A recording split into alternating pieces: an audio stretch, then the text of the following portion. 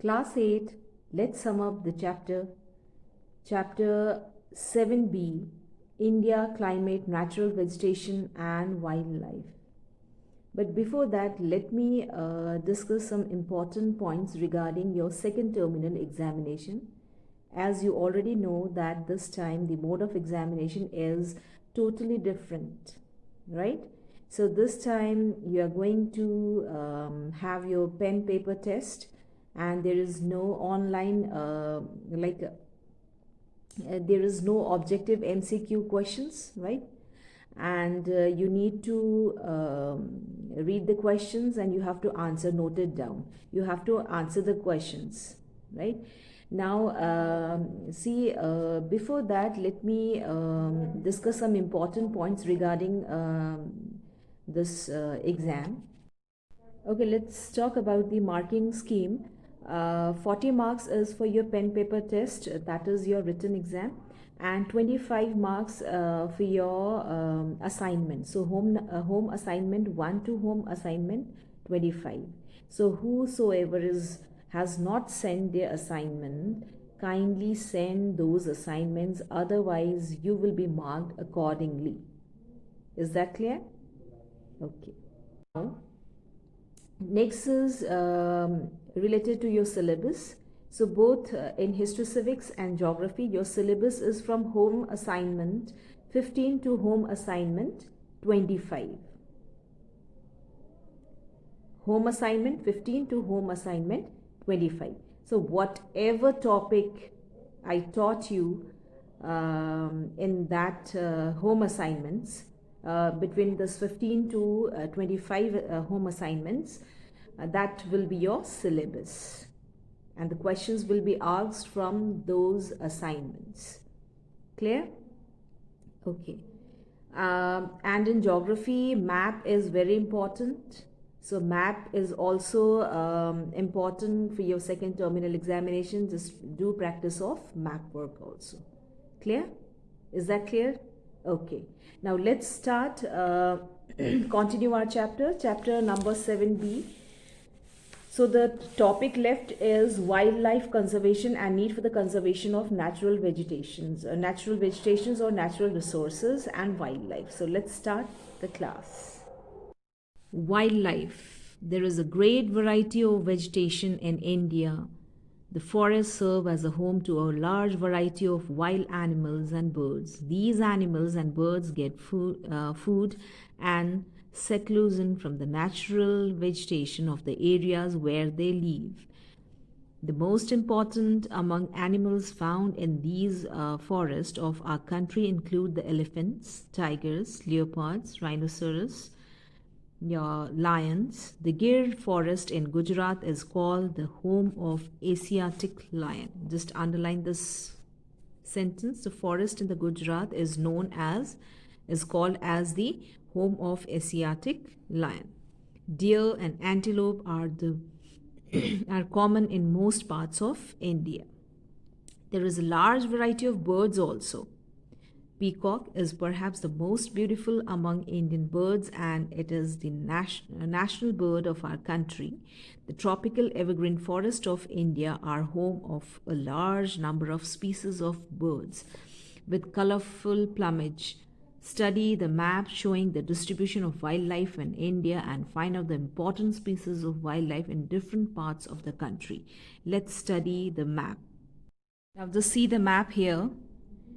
So here's the indicator. This green one block indicates national park, orange wildlife sanctuary, and the star with the bird sanctuary, and this green block area under forest conservation. So these green patches are the forest area under forest, right?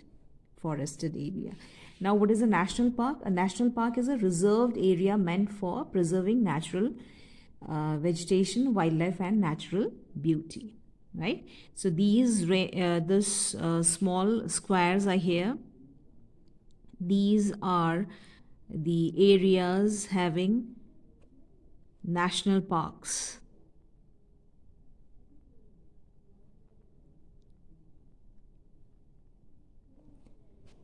the very famous Dachingam National Park, and you have this Corbett, Jim Corbett National Park. This one, this is in Uttarakhand, very famous Rajaji National Park, and Kaziranga National Park in northeast India. Now, second indicator orange is for the wildlife sanctuary, that is, it is a reserved area meant for the preservation and development of endangered species. So, endangered species means the species of wild animals which they are going to be going to be extinct, right?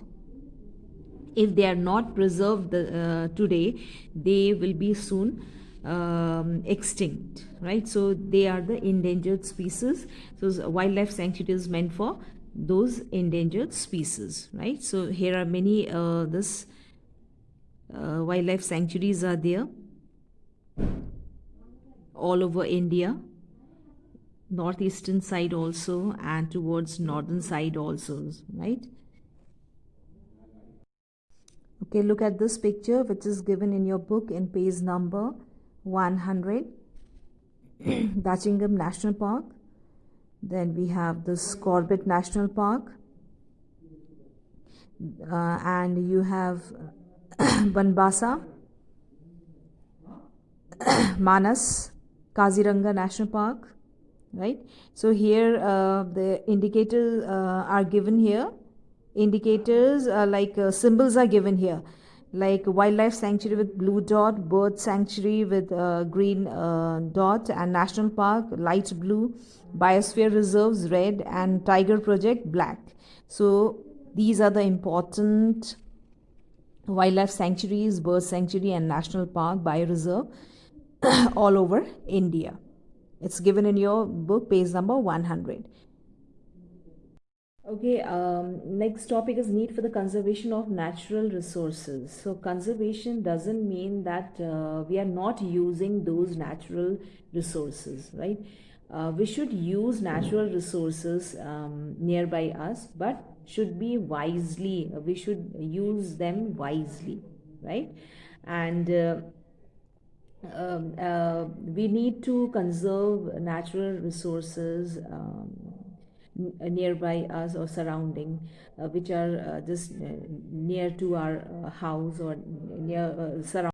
Now, need for the conservation of wildlife. Why wildlife is important, or why plants and trees are important? Because they are interlinked, interconnected, and they are dependent on each other. They cannot survive without each other. Clear?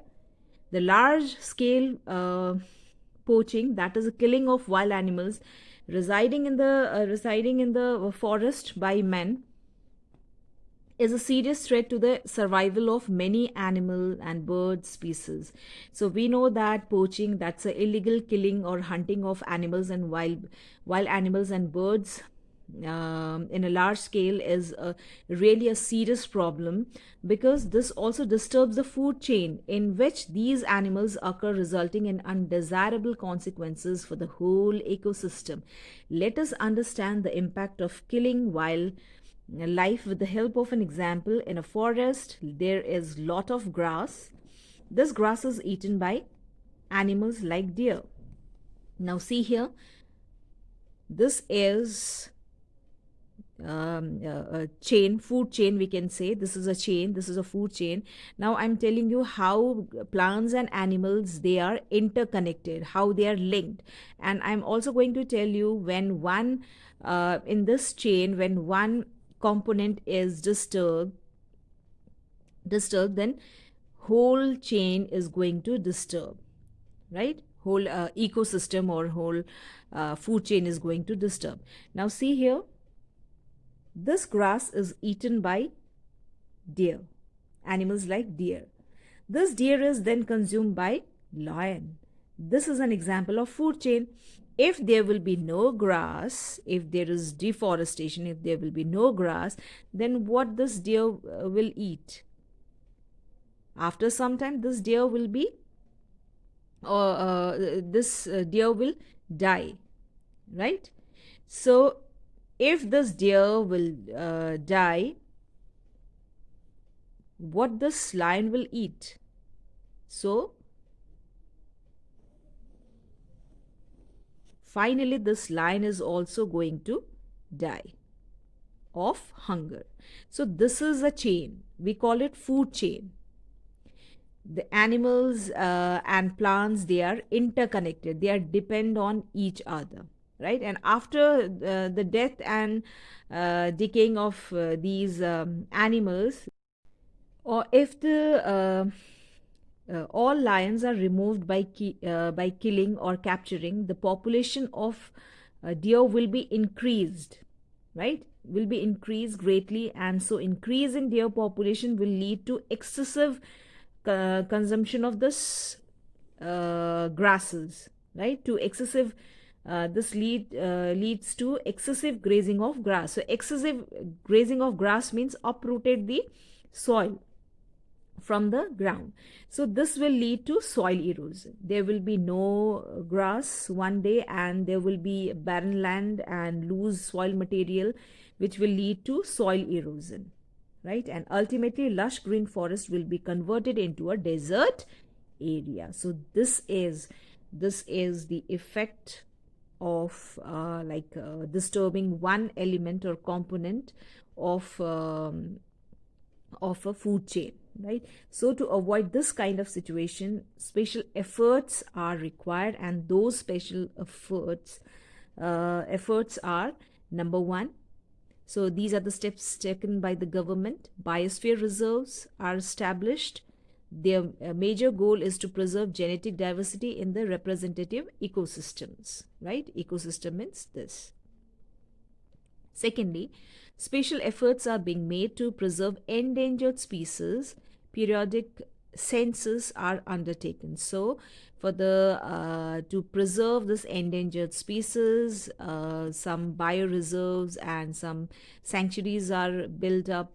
And time to time there is a numbering or counting of those species, animals also. So periodic census are undertaken time to time. And in India, Project Tiger has been launched. Now there are how many? 47 tiger reserves in various parts of India. Next, in order to preserve wildlife in its natural setting, national parks and sanctuaries have been set up. As I already told you about the national parks and sanctuaries, a national park is a reserve area meant for the preserving natural vegetation, wildlife, and natural beauty. A sanctuary is a preserved area meant for preservation and development of endangered species. At present, there are more than 100 national parks and 515 sanctuaries covering 4.5% of total geographical area of the country. Just underline, there are more than 100 national parks and 515 sanctuaries covering 4.5% of the total geographical area. So here are the national park and sanctuaries, as I already shown you. So 4.5% of the total geographic area are covered area of the country is covered with the wildlife sanctuaries are meant for the preservation of wildlife. Many of the species of wildlife have been declared protected as their numbers have been reduced to very low levels. Preserving and protecting the wildlife is a duty of every citizen. So, this is not a duty of only the government or the country. This is so preserving and protecting wildlife is a duty of each and every individual. So each one of us must contribute to the effort of protecting the wildlife. The Wildlife Week is observed in India during the first week of October every year. Underline this. The Wildlife Week is observed in India during the first week of October every year, right? Not only this, children, like the individual person or the leader leader or leaders, they also took initiative for the conservation of your wildlife, for the conservation of wildlife or forest resources. For example, Van Mahotsav and Chipko movement. So these are the several steps and several programs which were launched by the uh, individuals, right, for the protections of natural resources. Clear? Okay.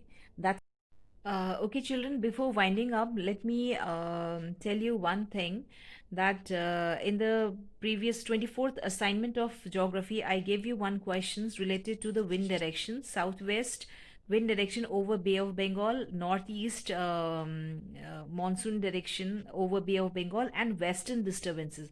So many of you have not done that question, and whosoever has